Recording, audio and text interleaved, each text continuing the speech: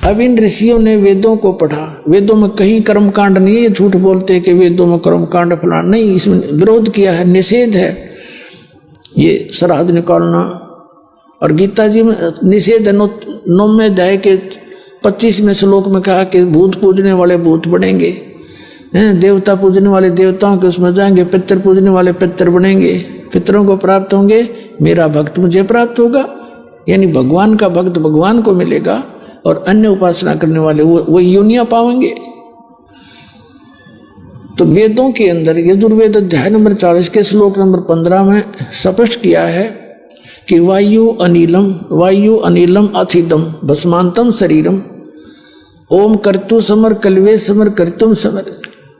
इन ऋषियों ने पूरे वेद पढ़े और अब पर निष्कर्ष निकाल लिया कि ओम नाम है बस वेदों में, और कोई मंत्र नहीं है।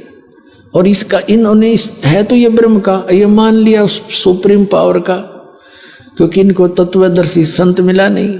तो कहने का भाव है कि वेदों में स्पष्ट किया है कि उस परमात्मा की भक्ति करने से मोक्ष होगा। इन्होंने वो परमात्मा ब्रह्म मान लिया, ओम उसका जाप मान लिया, इस आधार से इन्होंने अब पर फैसला कर लिया। इनकी मति मारी गई।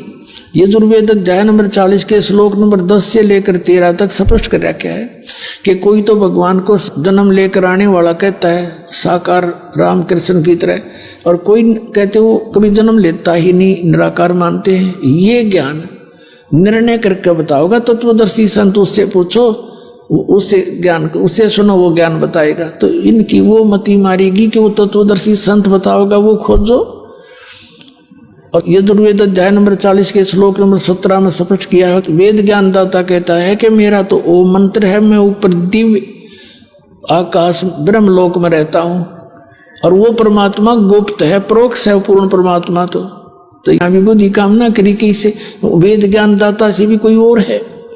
तो कहने का भाव है ये है कि गीता ज्ञानदाता 7वें अध्याय के 16वें श्लोक में कहता है और 17वें में कहता है कि ये ज्ञानी आत्मा,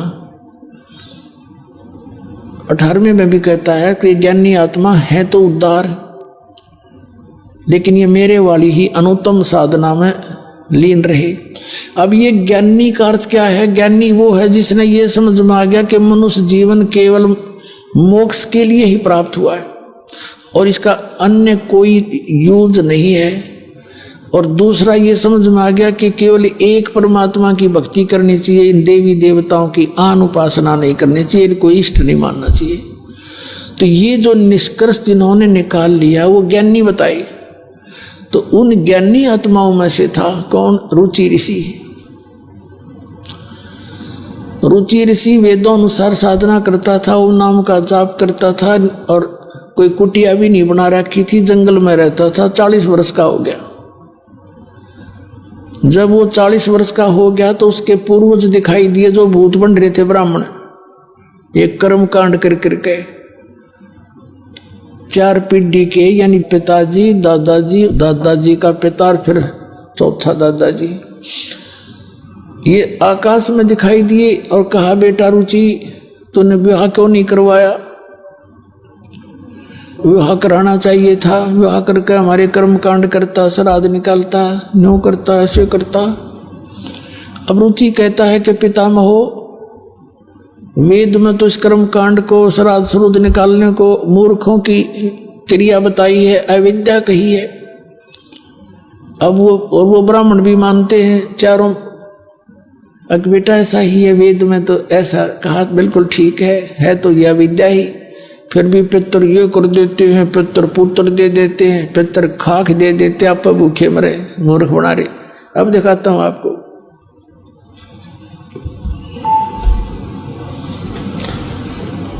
ये एक मार्कंडेय पुराण है। पुण्यात्मा, इस विद्या का लाभ आपको केवल परमात्मा पाने के लिए है, बाकी रोटी रोटी का रोला गना बड्डा ना है। 2-4 रोटी खाओ आदमी, सुबह 4 शाम ने खूब गुजारा हो जा। एक कुटिया पा जा कि तो उसमें टाइम पास कर लेंगे, फिर ये पीछा सदा के लिए छूट जाएगा, सदा का सुख हो जाएगा इस अनुसार चलोगे तो। अब देखिएगा, मार्कंडेय पुराण, गीता प्रेस गोरखपुर से प्रकाशित, गीता प्रेस गोरखपुर से प्रकाशित। ये मार्कंडेय पुराण संक्षिप्त 242 पृष्ठ पे नीचे देखिएगा। रोचे मुनि की उत्पत्ति कथा। मार्कंडेय जी कहते हैं, ब्रह्मन पूर्व काल की बात है, प्रजापति रुचि ममता और अहंकार से रहित इस पृथ्वी पर विचरते थे। उन्हें किसी से भय नहीं था, वे बहुत कम सोते थे। उन्होंने न तो अग्नि की स्थापना की थी और न अपने लिए घर बना रखा था। वे एक बार भोजन करते और बिना आश्रम के ही रहते थे। उन्हें सब प्रकार की आसक्तियों से रहित एवं मुनिवर्ती में रहते देख उनके पितरों ने उनसे कहा। पितर बोले, बेटा, विवाह स्वर्ग और अपवर्ग का हेतु होने के कारण एक पुण्यमय कार्य है, उसे तुमने क्यों नहीं किया?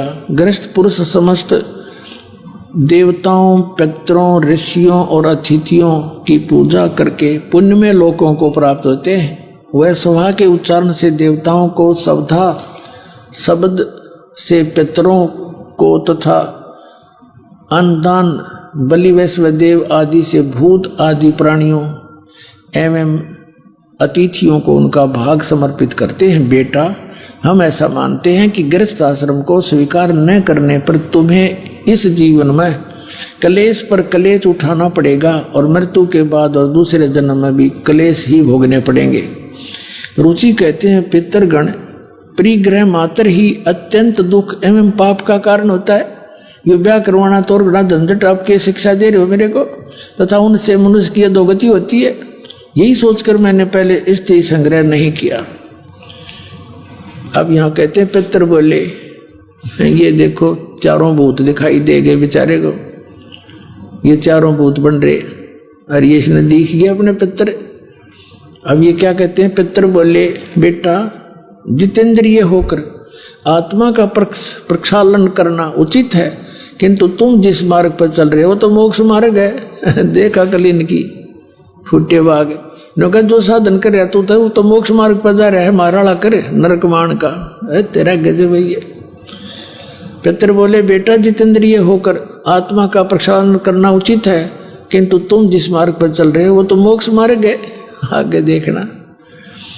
ये कहता, रुचि ने पूछा, पितर महो, वेद में जो इन्होंने यहाँ बताया ना सरासरुद निकाल, वेद में रुचि ने पूछा, पिता महो, वेद में कर्म मार्ग को यानी ये भूत सरासरुद निकालन को अविद्या कहा है, फिर क्यों आप लोग मुझे उस मार्ग में लगाते हैं? पितर बोले, ये सत्य है कि कर्म को अविद्या ही कहा गया है, इसमें तनिक भी मिथ्या नहीं है। फिर भी ये तो निश्चित है विद्या की प्राप्ति एंड बैंड करना, फिर के टट्टू रह गया। आप भी माने जो हम बता रहे हैं वो अज्ञान है और वेद में लिखा है, हम जो बताएं वो ये पितर भी मानते हैं और रुचि भी कह रहा है कि वेदों में ये अविद्या मूर्खों की साधना बताइए, भूत ये पितर सरासरुद निकालना, ये पिंड भरवाना, और वो खुद भी मान रहे कि बेटा ऐसा ही है तो विद्या ही। फिर भी नौकों पितर यूँ कर देते हैं, पितर ये दे देते, खाक देते थे पितर, और देख किया कल नौके हैं तो जिसको मार्ग पर लग रहा है, ये तो तेरा मोक्ष होने का है, नौका मारा ली कर तू आ श्राद्ध निकाल और भूत बने। हे भगवान, तो पुण्यात्माओं, इन सदग्रंथों को भी ना समझा हमारे धर्म गुरुओं ने, इसमें संदेश क्या है? अब पुण्यात्माओं, कई भक्त कहते हैं कि जैसे किसी के माता पिता दिखाई दे जा और वो ये कह दे बेटा मेरा ऐसा कर दे, तो क्यों ना करें भाई, हमारे रुक क्या तो ना जाऊं ना, हमारे लिए बहुत कुछ कर रखा है। पुण्यात्माओं, इसका तरीका ये नहीं है जैसा आपकी बालक सोच बैठी है। जैसे किसी का बालक कुएं में गिर गया और वो तो त्राही कर ही रहा है, तो उसका इलाज क्या है? आप भी छलांग लगा दे उस समय, क्या की समझदारी, दोनों मरे। उसका तरीका खोज बताया है, कोई रस्सा लाओ, ऊपर दृढ़ता से बांधो और फिर उससे न डाल दो और उसको कहो इसको पकड़ और बाहर आ जा। बच्चा और नहीं पकड़न जोगा तो आप उसको पकड़ के उस तक पहुंचो और उसको भी साथ लटका लाओ और फिर बाहर से उसको खींचो। तो कहने का भाव ये है कि जो तरीका है उनके भी उद्धार का और आपकी भी जान बचे, वो तरीका इस दास के पास है। जय सतगुरु की संगत करते सकल कर्म कट जाई, अमरपुरी पर आसन होते जहां धूप ना छाई।